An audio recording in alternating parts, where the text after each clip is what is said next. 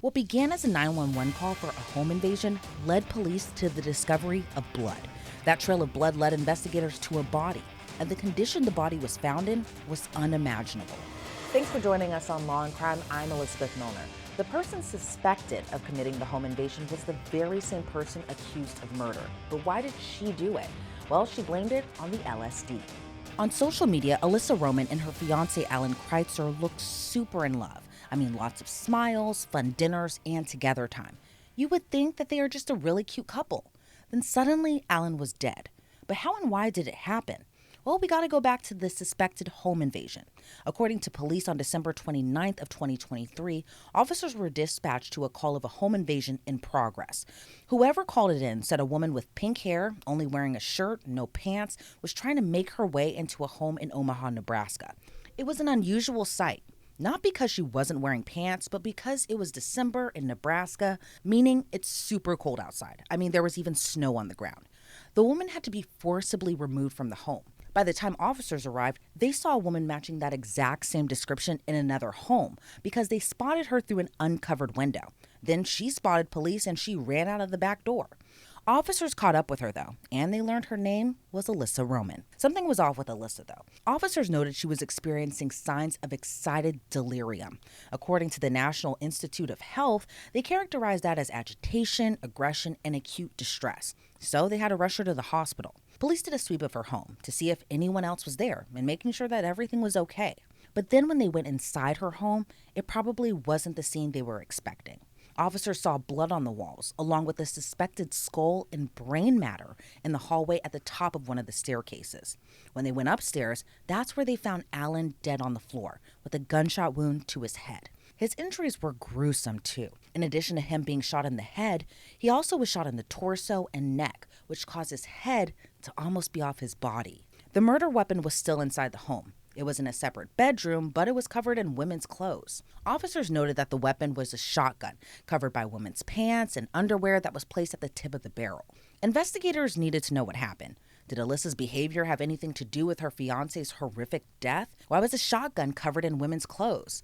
Well, officers spoke with her after she was medically cleared from the hospital. Once at the police station, someone from the forensics team took pictures, tested for GSR or gunshot residue, and then the questioning began. During her interview, she allegedly told investigators Alan didn't shoot himself. She reportedly admitted there were only 2 people present inside the home at the time of the shooting. And from investigators' point of view, she made more incriminating statements about her fiancé's death. Investigators asked if she had taken any drugs, and Alyssa allegedly admitted she did.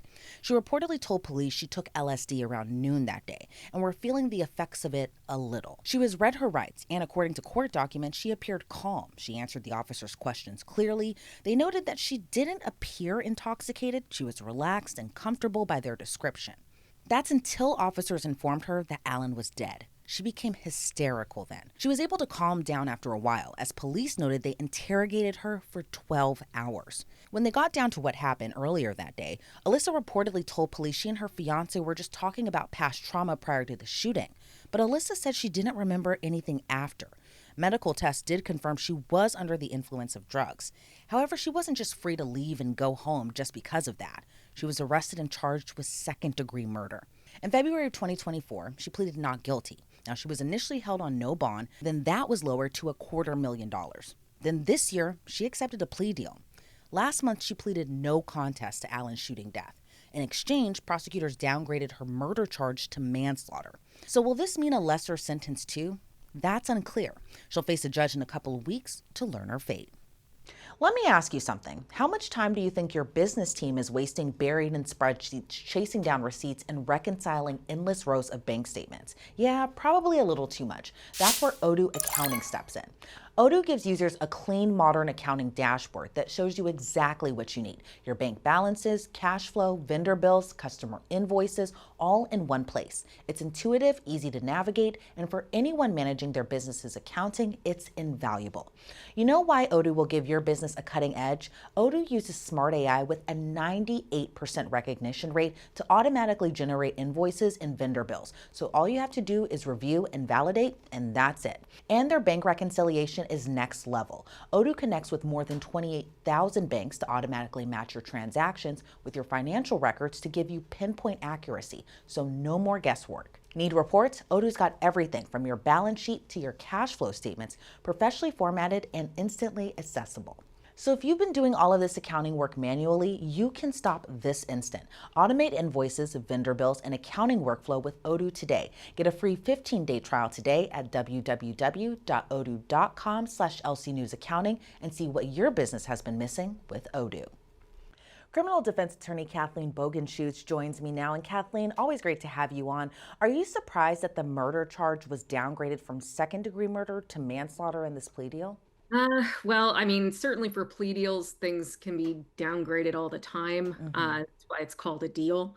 But in usually first degree murder and second degree murder, there's a specific intent there. And those are specific intent crimes, meaning you specifically intended to kill someone. And that is, basically what you set out to do today.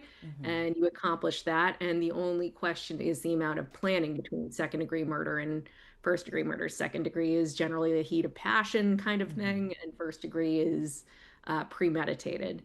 In this case, the facts may meet the definition of manslaughter because you're doing something inherently reckless or inherently dangerous to human life, and playing around with a firearm while on drugs Yeah. certainly meets that criteria. And somebody ended up deceased. So I do understand how they may have arrived there.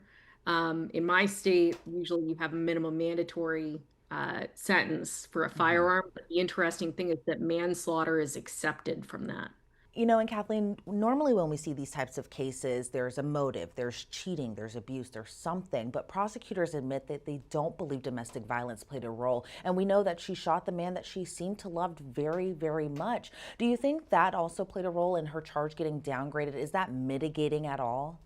It is mitigating, and there's also the fact that, I mean, they were engaged. I'm assuming her family and his family had spent some time together, that his family might have cared for her as a future daughter-in-law. And in most states, the wishes of the surviving victims are taken into consideration when a prosecutor makes a plea deal. So that's also something that may have been at the forefront of the prosecution's mind. And it's also possible they're worried that a jury isn't going to see this as any kind of premeditation, that maybe she got some bad drugs. LSD usually is something that, at least to my knowledge, makes you feel kind of happy or euphoric. That's what I Um, thought too, yeah. yeah, so it's either a bad trip or maybe, I mean, the stuff isn't regulated by the FDA. Who knows what it Yeah. was cut with? I mean, she said she took LSD. That's what she understood she took. I don't know what she actually took, and I'm assuming that there's probably some blood tests at the hospital that might give us a little bit more as to the toxicology. Yeah, and I think even police tested her. They didn't reveal whether or not it was actually LSD or maybe a mix of something, but they did confirm that she was under the influence of some type of drug. And she did admit that she did take LSD earlier in that day. But I kind of believe what you say too, Kathleen, where I think maybe that it was just kind of a bad batch, possibly, allegedly. But why do you think that she pleaded no contest as opposed to guilty? Normally, when we see plea deals go down, it's always they plead guilty. But in this case, it's a little bit different. She pleaded no contest. So in federal court, this is called an Alford plea. State courts will have different names for it. Pleading guilty means I'm pleading guilty, I'm admitting what I did. Pleading no contest is I'm not contesting the charges against me, but I'm not admitting what I did. And in a lot of places, like in my state, there will be a part of the plea colloquy that says I'm either admitting that I did do this thing or I'm saying that taking this plea is in my best interest. So you can kind of split the baby there a little bit. And there are, if somebody offers you time served, or you could go to trial on a 25-year minimum mandatory charge. I mean, I don't care what you did. I think as your attorney, I would be trying to talk you into that time served plea because of your exposure. After, even if it's a terrible case for the state, it's also quite a gamble with a minimum Yeah. mandatory sentence and potentially a life sentence in this case. So pleading no contest, I don't know what she remembers out of this either. because there was some information that, she didn't realize he was deceased un Mm-hmm. until someone informed her of that. And not to get, too graphic, but the description of what shape his body was in, that his Right. head was basically removed from his body, I would assume that anybody who observed that shooting occur would have known that those injuries are incompatible with life.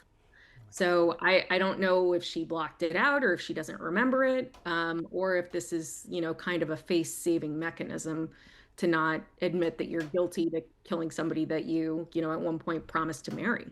Right, exactly. And it's interesting too because I was thinking kind of the same thing, like maybe prosecutors weren't necessarily confident that they would secure a guilty verdict and maybe that's why they might have come to this type of deal. Do you think that might have also played a role given that she didn't remember, given that she became hysterical when she learned her fiance was dead and that she didn't remember the shooting, but then there's all these other aspects as far as her, being found without pants, she's in the snow, and then when police go inside the home, it's just blood everywhere.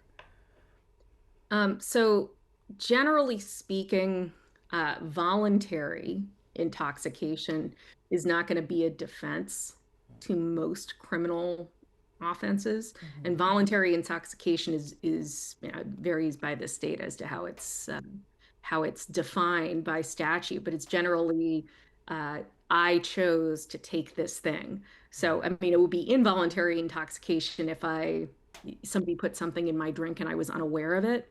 But if she was admitting that she took LSD, then she knew that she was taking some kind of mind altering substance, and she realized you kind of accept the consequences of that.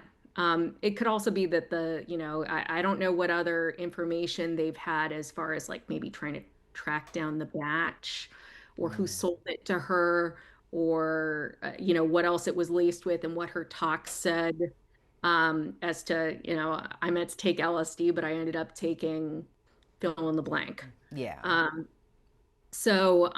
and there's also the defense of temporary insanity. Usually, voluntary intoxication isn't something that plays into temporary insanity, but you do end up, I mean, I would expect that her lawyers have had major, major psychological evaluations done of her, especially in a first degree murder case.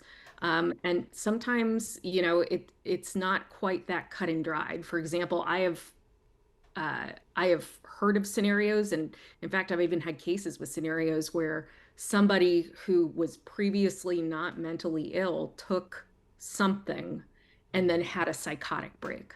And it is unclear why this one, doing this one thing suddenly set us to the point that you were running down the street, with your pants off and your hair pink and everything else.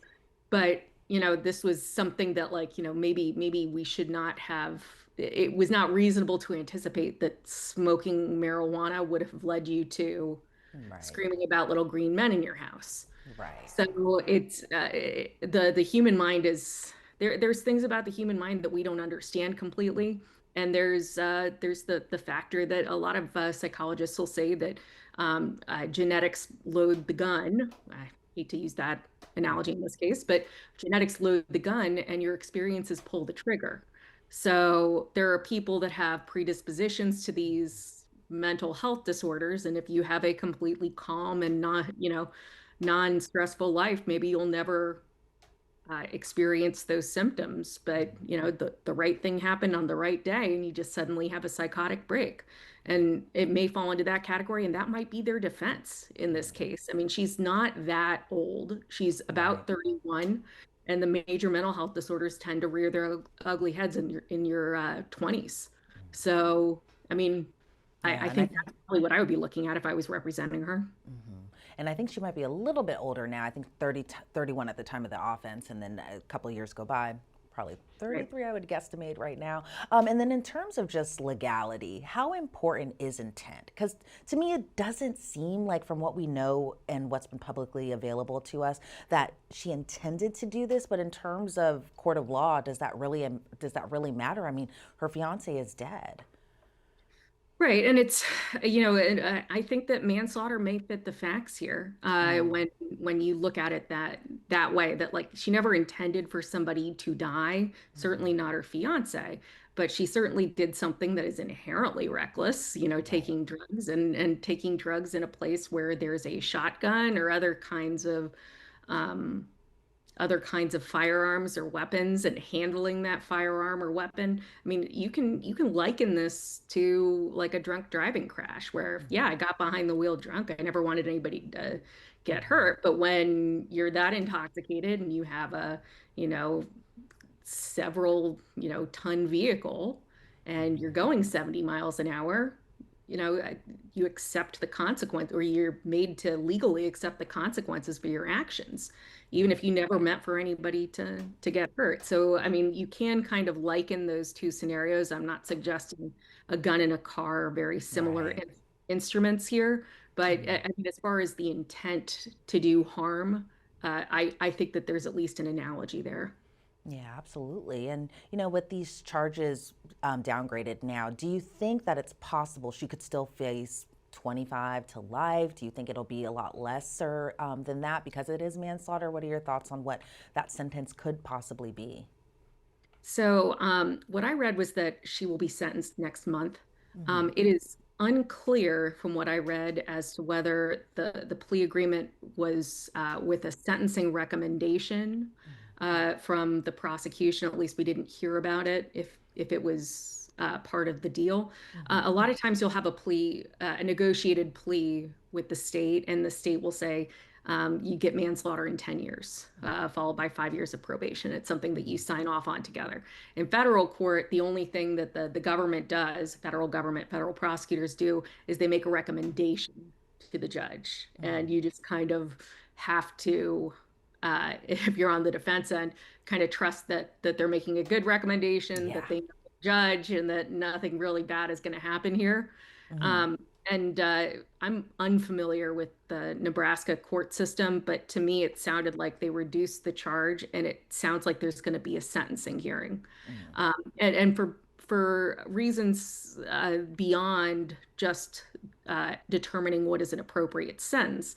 I mean, the victim's family needs to be afforded the opportunity to be heard by the court if they want to be. They can also exercise the right not to speak.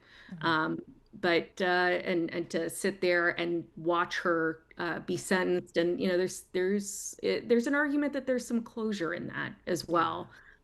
Seeing her even if it's not murder one, take responsibility for what Hmm. she's done. So I couldn't tell what direction this was going as far as whether there would be a true sentencing hearing where you're talking about aggravating factors and mitigating factors and having the judge making an ultimate determination as to what kind of time, how much, and uh, how many years of probation afterward she might face. But that's what I suspect based on what I read.